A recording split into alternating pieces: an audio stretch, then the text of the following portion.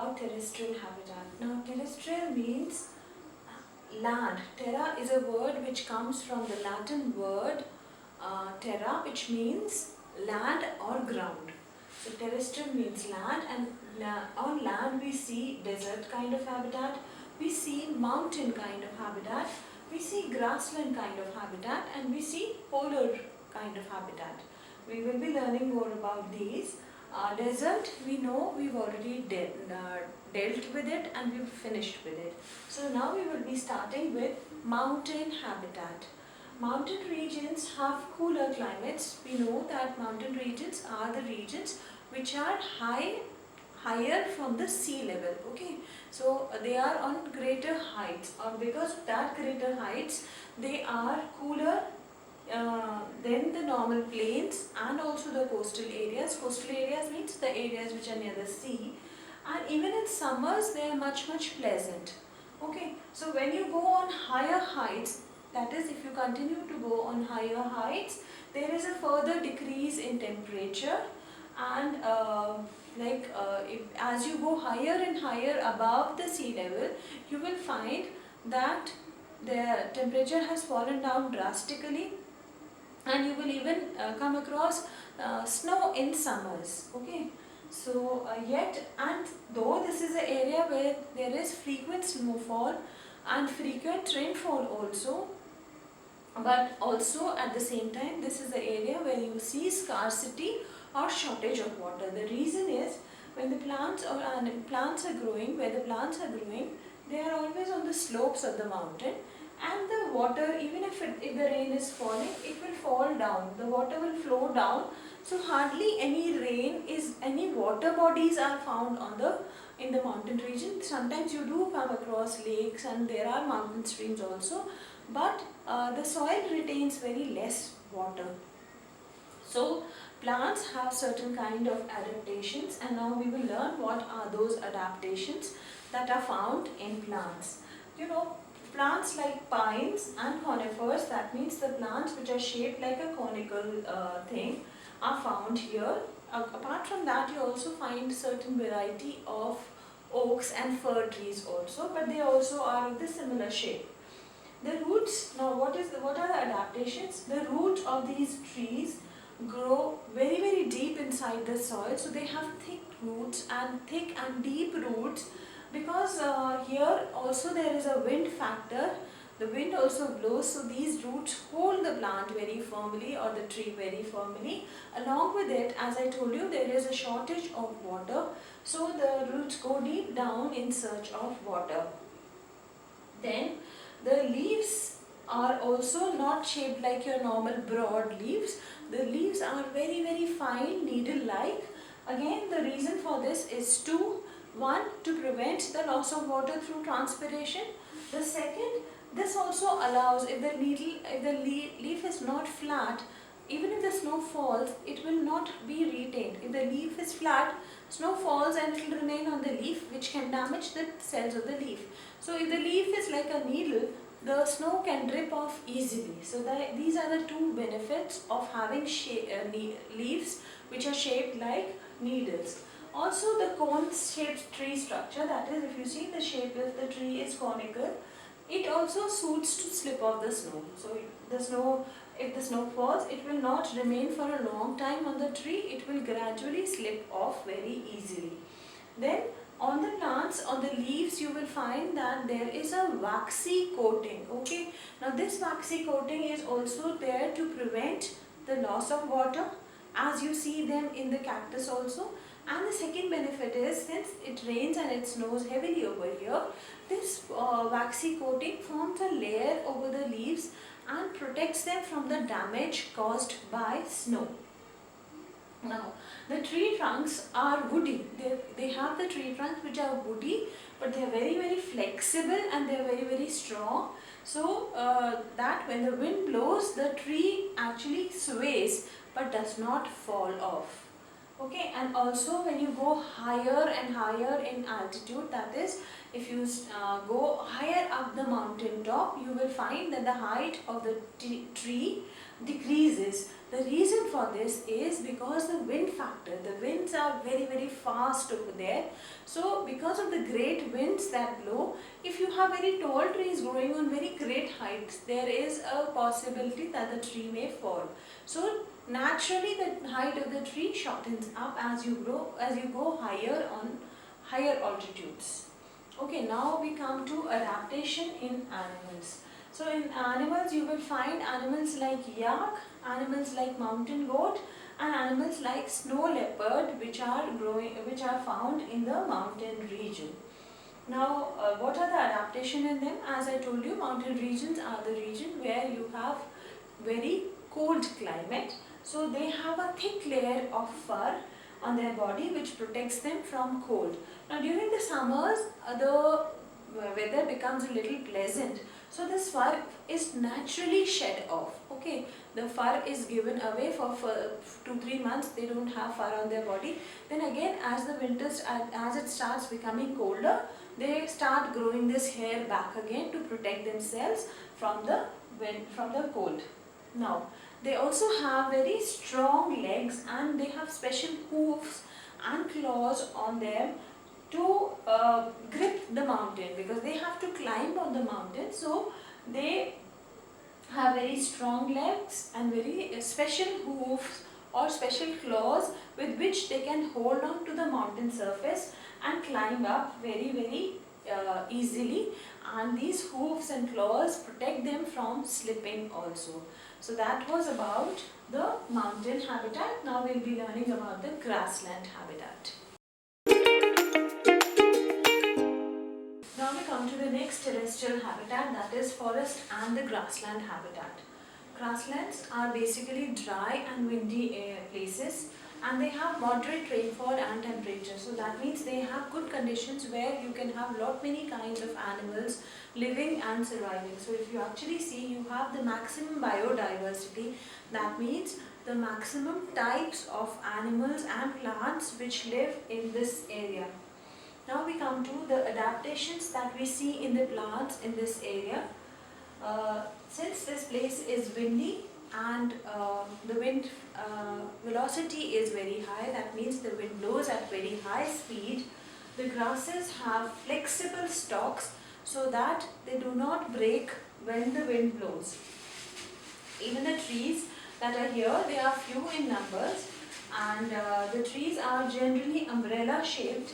So they have long trunks and the leaves are on top of it. So they have flexible trunks, again to protect themselves from the high wind velocity, and the leaves are only on the top, that is to prevent themselves from being eaten up by the grazing animals. They have very strong roots so that they can hold on to the soil very firmly and do not break easily during the winds. Now we see the adaptation in animals. Lots of herbivores, because of the availability of good amount of food, live here, and since there are lots of herbivores living here, there are also lots of carnivores, because herbivores are a food for carnivores, which are found in this area. So we have animals like tiger, lion, deer, wild oxes, they all live in this area. Now we will see adaptations in the carnivores or the predators. They have food, they eat on the herbivores, so they are called predators also. First adaptation is that they are all very fast runners to catch their prey. Then even their hoofs are padded. Their hooves are padded so that when they are in search of their prey, they do not make any sound, and they do not they do not alert their prey. Then they have their eyes, which are located on the front region of their face, so that they can see at a very far off distance also where their prey is. So eyes are on the frontal side of the face. Then they have very sharp teeth and claws to tear off the flesh from the body, and the skin color is generally light brown to merge with the surroundings. Especially during the dry season, when the food is scarce, then they merge easily in the surroundings, which becomes brown in color. Now we see adaptations in the prey or herbivores. We'll take the example of deer here. They have the eyes on the side of their faces. Their face is shaped like such that their eyes are on the side, and this gives them a wider range. So they get a panoramic view of where where their predators can be, to sense danger easily. Okay, and they have very sharp ears, so they can even hear very faint sounds also, and that gives them an alert that their predator is around, so they can run at this whenever they sense danger. They run to protection. Then they are also very fast runners, and they've got long legs so that they can cover large distances very easily. uh, One example over here is giraffe, which has very long legs. Giraffe feeds on fresh leaves only, on the leaves of the trees. It doesn't eat grass much. So it has very long neck, and it feeds upon the leaves which are on the higher side, or the canopy of the umbrella, which form the canopy of the umbrella. So it eats those leaves, and it has this again very long neck to reach onto these leaves. So these are the certain adaptations that we see in the grassland habitat. Now we come to the last part of terrestrial habitat, and that is polar habitat. As the name suggests, that this is the habitat that is found between the Arctic Circle and the North Pole, or it is also found between the Antarctic Circle and the South Pole. And this is the place which has extreme climate, extreme cold conditions, because the temperature can fall up to minus 75 degrees to minus 80 degrees Celsius. Even in summers, the temperature doesn't go up beyond 10 degrees Celsius. And this is also the place where they have very long period of darkness. For about months you don't see the sun, and even when you see the sun rays are very weak, so not much heat is over there. Because of this, there is very less vegetation that grows over there. You don't see any trees, you don't see much plants. Even if you see certain plants, they grow during the summer months, and they will be very small in size.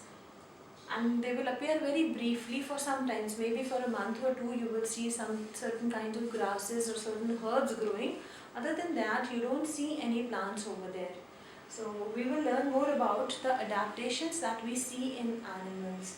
So the first animal that we will be studying is polar bear. Now polar bear is found in the northern pole region. It is not found in the southern pole region. It is found in the beyond the Arctic Circle. So now they have a thick layer of double furs to protect them. Okay, so these furs give them insulation, or they trap the air and provide them heat.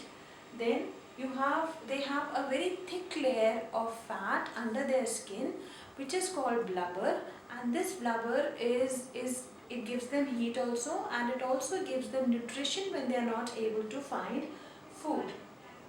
They have to walk on snow, so they have very broad feet, and these feet are also padded so that they can easily walk on the snow and do not take in too much of cold from the snow. They are also very good swimmers, so they generally eat fish, seals, walruses. So they are very good swimmers, and they can dive deep into the water, and they can remain in water for about 4 to 5 minutes. They can hold their breath easily, and they can remain inside water without coming up for oxygen. Also, they have white colored skin which merges with the surroundings, so their prey do not notice them very easily, and also their predators, that means the animals which eat them, do not notice them very easily. They go unnoticed, or they merge with their surroundings. The next animal that we will be studying for the polar region is penguins. Penguins are flightless birds. That means these birds cannot fly, but they are excellent swimmers. They live generally in the Antarctic region. They are only found in the Antarctic region. They are not found on the North Pole side. So they are found in the Southern Pole, and Southern Pole, if you see, is an island. So basically they will be eating, they are not able to fly, but they eat fish, and that is why they are very good swimmers. Now what helps them to swim is that they have waterproof feathers. So they don't have to, since they don't fly, they easily jump into water, and these feathers are also joined so closely together that they help them like the fins of the fish. They also have flippers. Their feet, the lower feet, the hind limbs are modified as flippers, which help them to swim easily. And they live in big, huge groups. They huddle together when the weather becomes very, very cold. They all huddle together, and the whole community comes together, and they try to keep each other very warm. So that was about the polar habitat. Then there is one very interesting feature that we notice amongst all kinds of animals living in any kind of habitat, and that is called camouflage. Now what is this? When the animals easily blend in their surroundings, so that neither their prey can see them nor their predators can see them. This is called camouflage. Okay, if you would have seen a chameleon which changes its color according to where it is. If it is in the green leaves, it will turn greenish in color. If it is on the tree trunk, it will turn brownish in color. So that is called camouflage, and this is practiced by many kinds of animals. You will see the tiger merges very easily in the dry grasses because of its skin color and because of the stripes that it has. And also there are many other, even the polar bear merges with its surrounding very easily. It goes unnoticed. And there are insects also which merge with this surrounding, like you have a leaf insect which looks exactly like a leaf. The wings of the butterflies are also colorful because so that they can merge easily with the flower colors. So that is called camouflage, and with this we finish with the terrestrial habitat. We will be continuing with aquatic habitat in the next video.